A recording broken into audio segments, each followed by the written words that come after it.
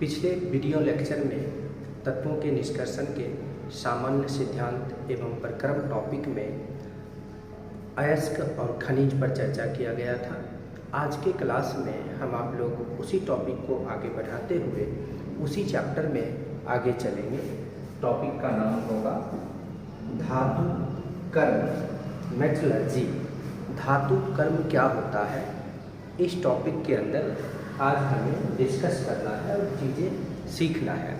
पिछले क्लास में जैसा कि आपने सीखा कि भाई धातु जो होते हैं वह प्रकृति में खनिज के रूप में भूप्रपट्टी में अवेलेबल होता है। उसमें से जो अच्छे किस्म के खनिज होते हैं उसे अयस्क कहते हैं, और अयस्क से धातु प्राप्त करने की संपूर्ण प्रक्रिया जो है वह क्या कहलाता है, धातु कर्म कहलाता है।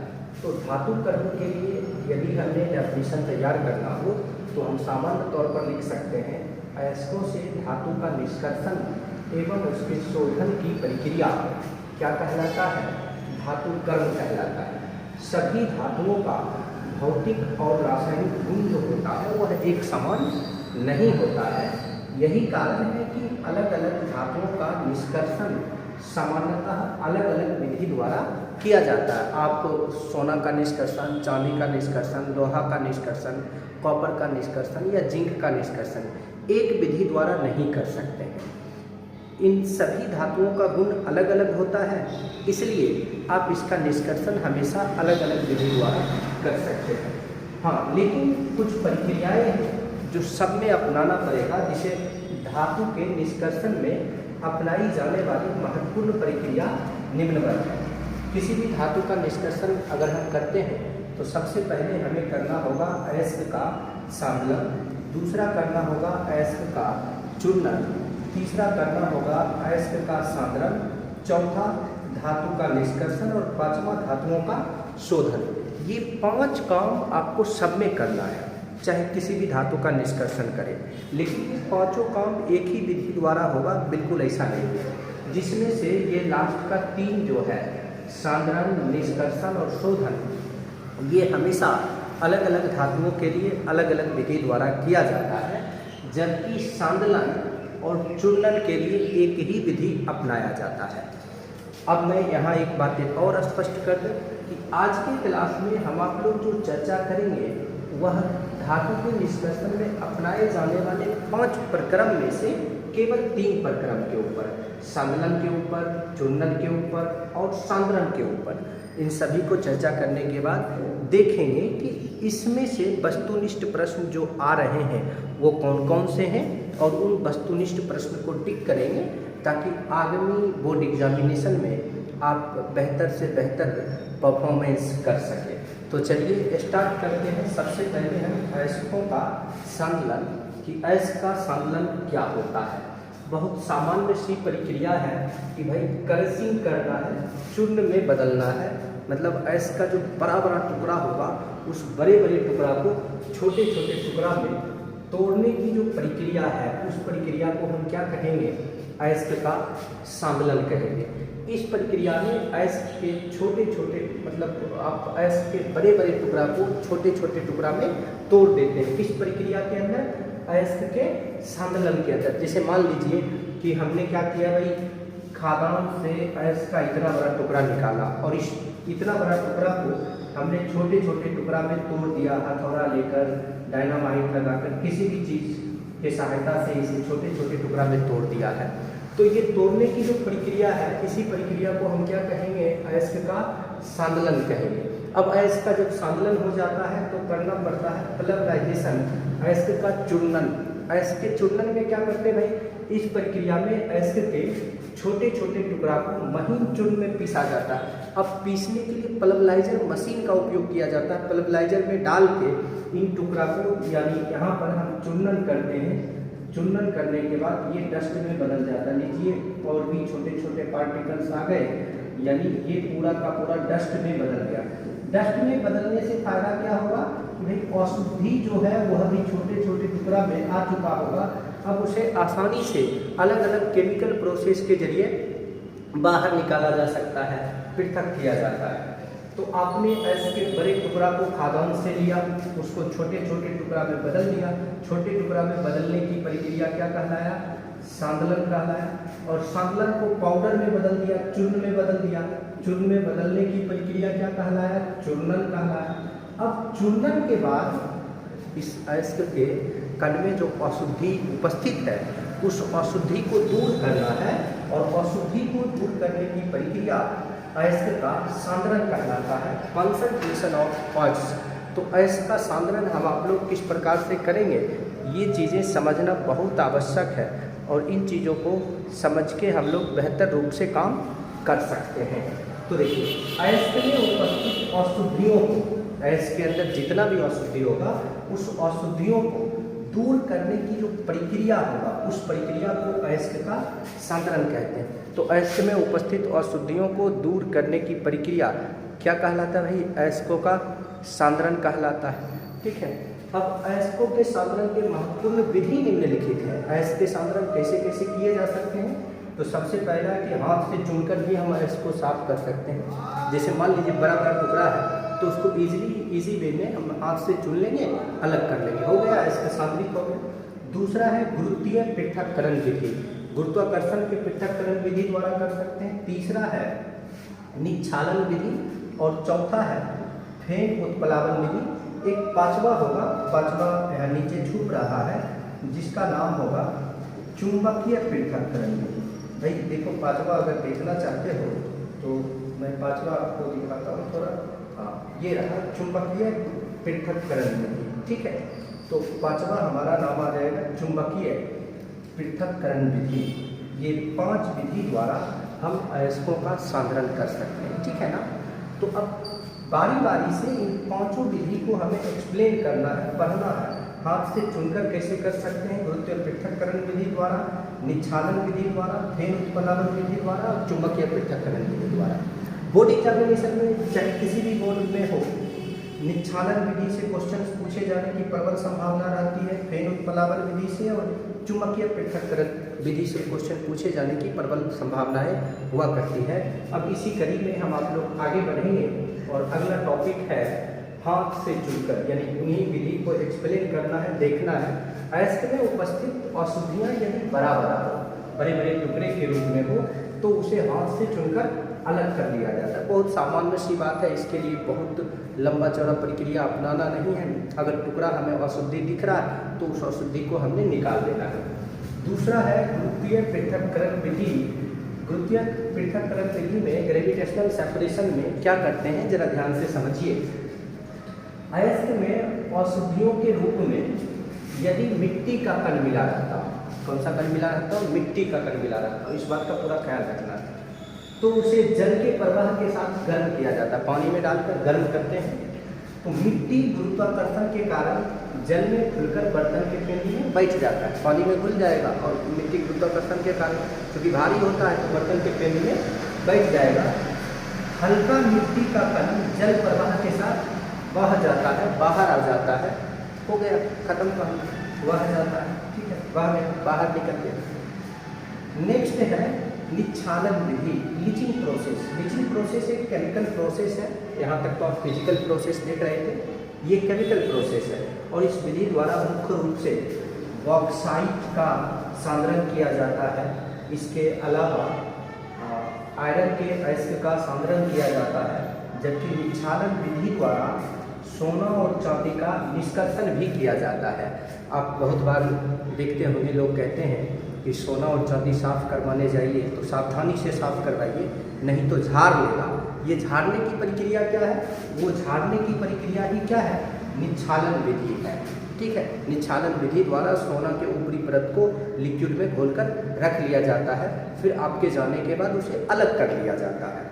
तो सच में अगर आप सोना चांदी साफ करवाने जाते हैं, आभूषण को साफ करवाने जाते हैं, तो आभूषण साफ करवाने से पहले का वजन और साफ करवाने के बाद का वजन ध्यान से मेजर करिए, नहीं तो आपको बहुत बड़ा चूना लग सकता है, बहुत ज़्यादा झटका लग सकता है, और आपको पता भी नहीं लगेगा। आपका 2-4 ग्राम चला गया, 2-4 ग्राम का मतलब है 2 ग्राम भी अगर गया तो 10,000 से ज़्यादा की संपत्ति का आपका नुकसान हो चुका है। चलिए चलते हैं निक्षालन में, देखते हैं इस विधि में अयस्क के महीन चूर्ण को लेते हैं और महीन चूर्ण को लेकर एक उपयुक्त विलायक में जो उसे निक्षालित कर सकता है, उस विलायक में मिलाया जाता है तो अयस्क विलायक में घुल जाता है। अयस्क का जो कण होता है वो विलायक में घुल जाता है, जबकि अशुद्धियाँ नहीं घुलती हैं। यह प्रक्रिया क्या कहलाता है? निक्षालन विधि कहलाता है। यह किसके लिए अपनाया जाता है? मुख्य रूप से बॉक्साइट के लिए, लौह अयस्क के लिए और सोना चांदी के निष्कर्षण में भी निक्षालन का उपयोग होता है। अब निक्षालन के बाद नेक्स्ट प्रोसेस जो है हमारा वो है फेन उत्प्लवन विधि। ये एक शानदार विधि है। DBI टॉपिक होगा इस चैप्टर का 2 मार्क्स के लिए और ऑब्जेक्टिव के भी बहुत सारे क्वेश्चंस इस टॉपिक से पूछे जाते हैं और इजी वे में आप बना सकते हैं, लेकिन इसकी कुछ अपने कंडीशन है। इस विधि द्वारा हम वैसे अयस्कों को सांद्रित कर सकते हैं जिसका कण जो है तेल में और अशुद्धियाँ किसमें? जल में मिल जाता है। इस विधि द्वारा सल्फाइड अयस्क के कण के लिए प्रयुक्त होता है, मतलब यह विधि जो है वह सल्फाइड अयस्कों के कण के लिए प्रयुक्त होता है। क्यों प्रयुक्त होता है? जैसे एग्जांपल देखिए, zinc blende, galena, copper pyrite. Copper pyrite का फॉर्मूला हो गया CuFeS2, आपने पिछले क्लास में भी देखा था। कॉपर पायराइट कॉपर के साथ साथ आयरन को भी दर्शाता है, यानी इसमें 2 मेटल है, एक कॉपर है दूसरा आयरन है, ठीक है। तो आपने क्या देखा भाई, फेन उत्प्लावन विधि द्वारा हम सल्फाइड अयस्कों का समाहरण करते हैं या सांद्रण करते हैं। देखिए समाहरण या सांद्रण, मैं दोनों शब्द यहाँ पर लिख रहा हूँ। समाहरण पूछ ले या सांद्रण पूछ ले तो दोनों का मतलब है अयस्क में उपस्थित अशुद्धि को दूर करने की प्रक्रिया अयस्कों का समाहरण या सांद्रण कहलाता है। इस बातों को ध्यान से आपको समझना। तो क्वेश्चन आ जाए, फेन उत्प्लावन विधि द्वारा सल्फाइड अयस्कों का समाहरण किया जाता है क्यों?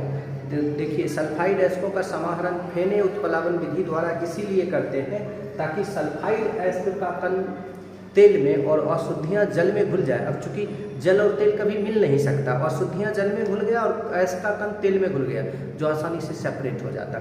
अब सेपरेट करने के लिए क्या करते हैं जरा ध्यान से समझिए। सल्फाइड अयस्क को महीन चूर्ण में पीस कर पाइन का दूसरा नाम है यूकेलिप्टस के तेल में मिले जल के साथ मिश्रित किया जाता है। यूकेलिप्टस और जल का तेल का एक मिश्रण बनाया जाता है, उसमें सल्फाइड अयस्क के चूर्ण को क्या करते हैं? मिश्रित करते हैं और मिश्रित कर हवा का तेज झोंका प्रवाहित किया जाता है। खूबे हवा उसमें डालते हैं तो अयस्क झाग के रूप में तेल के ऊपर तैरने लगता है।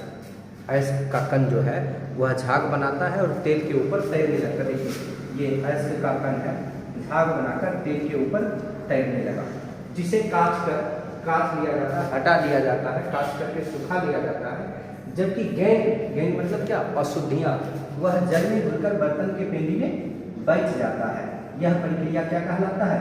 फेन उत्प्लावन विधि कहलाता है। आप देखिए यहाँ पर इस चित्र में ये बातें स्पष्ट हो रहा है। देखिए ये वो बाल्टी में क्या किए? यूकेलिप्टस और जल मिलाकर डाल दिए। ये वो हवा फूकने वाला, इसे फू करके डालने वाला इसमें डाल दिए हैं, ठीक है। और अयस्क का कण मिलाए हैं, बढ़िया से घोलने के बाद उसमें हवा को खूब जोर जोर से फू करके फूक रहे हैं। खूब जोर से जब फूका जाएगा, अब उतने आपके पास पावर नहीं है, हमारे पास पावर नहीं है कि फूक देंगे, मतलब मशीन से इसको हवा डाला जाएगा। हवा डालने के बाद क्या होगा? अयस्क का कण तेल में घुल चुका होगा और तेल के ऊपर झाग बन के तैरने लगेगा, जबकि अशुद्धियाँ वह तो तेल में घुलेगा नहीं, वह जल में घुलकर बर्तन के पेंदी में बैठ जाता है। और अयस्क का कण चूँकि ऊपर चला गया, जिसको कांच के हटा लिया जाता है, पूरा साफ हो जाता है। इस प्रक्रिया को कहते हैं फेन उत्प्लावन विधि। फेन उत्प्लावन विधि एक शानदार क्वेश्चन होगा आगामी बोर्ड एग्जामिनेशन के लिए। अगला है आपका चुंबकीय पृथक्करण विधि। भाई मैग्नेटिक सेपरेशन प्रोसेस, चुंबकीय पृथक्करण विधि भी अपने आप में एक शानदार विधि है, अच्छा है। और मुख्य रूप से इस पर ऑब्जेक्टिव क्वेश्चन पूछा जाता है कि चुंबकीय पृथक्करण विधि द्वारा किस प्रकार के अयस्कों का सांद्रण किया जाता है, ठीक है। तो ध्यान रखिएगा, जिसमें चुंबकीय कण हो उसी को हम चुंबकीय पृथक्करण विधि द्वारा सांद्रित कर सकते हैं, विशेष तौर पर लौह अयस्क, ठीक है। इस विधि द्वारा अयस्कों में उपस्थित चुंबकीय अशुद्धि को दूर किया जाता है। अब क्या करते हैं? अयस्क को महीन चूर्ण में पीस कर चुंबकीय क्षेत्र से गुजारा जाता है, गुजारा जाता है। तो चुंबकीय अशुद्धियाँ अयस्क से क्या हो जाता है, पृथक हो जाता है। जैसे देखिए यहाँ पर ये अयस्क का कण है, इसको इससे गुजार रहे हैं तो यहाँ आता है ये अचुंबकीय पदार्थ जो है वो स्पीड के साथ बाहर निकल जाता है, जबकि चुंबकीय पदार्थ जो है वो ये चुंबकीय पुल्ली है, चुंबक है। बचपन में आप खूब करते होंगे कि इधर चुंबक लगा दिया और इधर एगो सिक्का लगा दिया, ऐसे ऐसे करके घुमाते होंगे चुंबक को, तो सिक्का भी घूमता होगा। बिल्कुल उसी सिद्धांत पर यहाँ काम करता है कि भाई मेरे जब ये अयस्क के चूर्ण यहाँ तक आते हैं तो जो चुंबकीय पदार्थ होता है वो फीता में बेल्ट में सटे यहाँ तक आ जाता है, जबकि अचुंबकीय पदार्थ इधर गिर जाता है। तो चुंबकीय पदार्थ अलग सेपरेट हो गया और चुंबकीय पदार्थ अलग सेपरेट हो चुका है। इस विधि द्वारा आप क्रोमाइट का ये सांद्रण कर सकते हैं, मैग्नेटाइट का सांद्रण कर सकते हैं, पायरोनोसाइट का सांद्रण कर सकते हैं, कीन स्टोन का सांद्रण कर सकते हैं। मतलब जिसमें मैग्नेटिक नेचर है उन सबको आप सांद्रित कर सकते हैं। लेकिन ध्यान रहे इस विधि द्वारा अयस्कों का सांद्रण तब किया जा सकता है जब अयस्क और अशुद्धि दोनों में से कोई एक चुंबकीय नेचर का हो। अगर दोनों चुंबकीय नेचर का होगा तो फिर देखिए, अगर दोनों चुंबकीय नेचर का है, दोनों आके इसी में फिर मिल गया ना, होगा सांद्रण क्या? नहीं ना होगा। तो इस बात का पूरा ख्याल रखना है कि अशुद्धि या अयस्क का कण दोनों में से कोई एक चुंबकीय नेचर का हो। आज की क्लास में हमने यहीं तक डिस्कशन करना था। अब इस पे क्वेश्चंस लिखे होंगे ऑलरेडी। देखिए जैसे कि पिछले लेक्चर में आपने देखा था क्वेश्चन सेट 1 था, आज के लेक्चर में आपके पास है क्वेश्चन सेट 2। और ये क्वेश्चन सेट अगर आप बनाते रहेंगे तो आपको बोर्ड एग्जामिनेशन में, कंपटीशन के एग्जामिनेशन में बहुत ज़्यादा फायदा मिलने वाला है। जैसे कि सबसे पहला क्वेश्चन है, अयस्कों के सांद्रण से आप क्या समझते हैं? भाई अयस्क में उपस्थित अशुद्धियों को दूर करने की प्रक्रिया क्या कहलाता है? अयस्कों का सांद्रण कहलाता है। अलग अलग अयस्कों का सांद्रण अलग अलग विधि द्वारा किया जाता है। अयस्कों के सांद्रण का महत्वपूर्ण विधि 2-3 विधि का नाम लिख दीजिए। दूसरा है धातु कर्म किसे कहते हैं? अयस्क से धातु के निष्कर्षण और शोधन की प्रक्रिया क्या कहलाता है? धातु कर्म कहलाता है। धातु कर्म में प्रयुक्त होने वाले प्रक्रम को लिखिए। 5 गो प्रक्रम था, उसमें से 3 गो मुख्य है। आप 3 प्रक्रम का नाम लिख सकते हैं। नंबर 1 होगा सांद्रण, सबसे पहला क्या होगा? सांद्रण। दूसरा क्या होगा? दूसरा हम आप लोगों ने पढ़ा था निष्कर्षण। और तीसरा ऊपर में 5 प्रोसेस लिखाए गए थे, जिसमें से 5वां था शोधन। उसी 5वां को यहाँ पर हम आप लोग क्या बोल रहे हैं? तीसरा बोल रहे हैं ना, शोधन। ये 3 प्रक्रियाएं आप निश्चित रूप से शामिल करिए, लिखिए अपने आंसर में। सल्फाइड अयस्कों के सांद्रण में फेन उत्प्लवन विधि का उपयोग किया जाता है। क्यों? आपने अच्छा से रीजन जाना है। फेन उत्प्लवन विधि पर टिप्पणी करिए। हाँ, फेन उत्प्लवन विधि किसे कहते हैं उसको लिख दीजिए, चित्र बना दीजिए, बिल्कुल फुल बटा फुल मार्क्स मिलेंगे। धातु के निष्कर्षण में प्रयुक्त होने वाले प्रक्रम पर संक्षिप्त टिप्पणी करें। अरे भाई मेरे, अभी आपने ये क्वेश्चन नहीं पढ़ा है, इस पर अभी टीका टिप्पणी हम लोग नहीं करेंगे। क्यों नहीं पढ़ा भाई? क्योंकि अभी हम लोग सांद्रण तक ही पहुँचे, जबकि निष्कर्षण हमारा टोटल का 4था पॉइंट था। तो यहाँ अभी इस क्वेश्चन को आप छोड़ दीजिएगा। छठा क्वेश्चन है, धातु के निष्कर्षण की आवश्यकता क्यों होती है? हाँ, ये एक शानदार क्वेश्चन है। धातु को निष्कर्षित ही क्यों करना पड़ता है? क्या जरूरी है धातु को निष्कर्षित करना? देखिए, धातु को निष्कर्षित इसलिए करना पड़ता है कि धातु अपने खनिज के रूप में, अयस्क के रूप में भूपर्पट्टी में पाया जाता है, जिसमें अशुद्धियाँ होती हैं।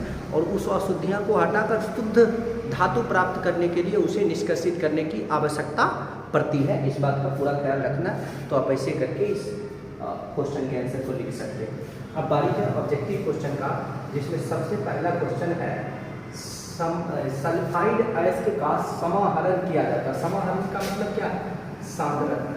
सल्फाइड अयस्क का सांद्रण किया जाता है, तो आपने ऊपर ही देखा फेन उत्प्लावन विधि द्वारा। सल्फाइड अयस्क का समाहरण किस विधि द्वारा करते हैं? फेन उत्प्लावन विधि द्वारा।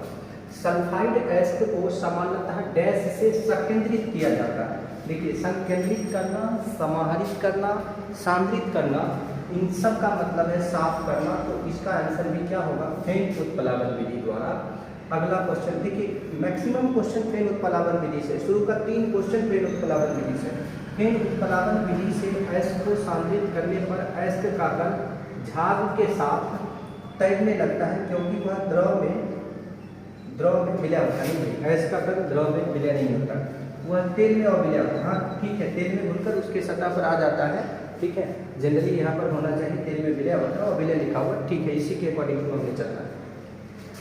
वह प्राकृतिक पदार्थ जिससे धातु का निष्कर्षण फायदेमंद होता है। धातु का निष्कर्षण फायदेमंद किससे होता है? अयस्क से होता है। अयस्क से धातु का निष्कर्षण सरलता से कम खर्च पर कर सकते हैं। तो सरलता से जब हो जाए, कम खर्च पर हो जाए, यही तो है फायदे की बात। तो इसी को कहते हैं फायदेमंद होना। नंबर नेक्स्ट, जैसे कि 5वां क्वेश्चन है, निच्छालन विधि द्वारा अयस्क का किया जाता है। निच्छालन विधि द्वारा अयस्क का क्या करते हैं? सांद्रण करते हैं, साफ करते हैं ना। धातु कर्म में प्रयुक्त होने वाला प्रक्रम का सही क्रम व्यवस्था है। देखिए बहुत टेक्निकल क्वेश्चन है। अगर धातु कर्म हम कर रहे हैं, धातु का निष्कर्षण कर रहे हैं, अयस्कों को धातु से प्राप्त कर रहे हैं, तो उस दौरान हमें कौन कौन से काम करने पड़ेंगे? उस दौरान एक काम है सांद्रण, एक काम है निष्कर्षण और एक काम है शोधन। तो पहले क्या करना पड़ेगा, फिर क्या करना पड़ेगा, फिर क्या करना पड़ेगा? तो सिंपल सी बात है, पहले हम सांद्रण करेंगे, सांद्रण के बाद आपने देखा था निष्कर्षण किया जाएगा और निष्कर्षण के बाद ही शोधन किया जाएगा। अगर इस पर हम चर्चा करें तो सबसे फर्स्ट पेज पर चलिए, मैं आपको यहाँ टर्म दिखाता हूँ। देखिए धातु के निष्कर्षण में या धातु कर्म में अपनाए जाने वाले प्रक्रम हैं अयस्कों का सांद्रण, चूर्णन। तो ये दोनों तो है नहीं, केवल ये 3 है। इस 3 में सबसे पहले हमको क्या अपनाना पड़ेगा? सांद्रण। फिर क्या अपनाना पड़ेगा? निष्कर्षण। फिर क्या अपनाना पड़ेगा? शोधन अपनाना पड़ेगा। इन बातों का पूरा पूरा ख्याल रखना है आपको। क्लियर ना? चलिए, तो ऐसा कौन सा ऑप्शन है हमारे पास? 1 2 3, भाई 1 2 3 ऐसा डी नंबर ऑप्शन है। ठीक है, तो ये था आज का आपका दूसरा क्लास। दूसरा क्लास में आप तत्वों के निष्कर्षण में देख रहे थे धातु कर्म किसे कहते हैं। धातु कर्म को आपने सीखा, धातु कर्म में कौन कौन से प्रक्रम अपनाए जाते हैं उसको आपने सीखा, जिसमें से हम आप लोगों ने 3 बिंदु पर मुख्य रूप से चर्चा किया। अगले क्लास में हम आप लोग चर्चा करेंगे धातु कर्म का चौथा बिंदु निष्कर्षण और शोधन के ऊपर। आज के लिए बस इतना ही। बहुत बहुत धन्यवाद।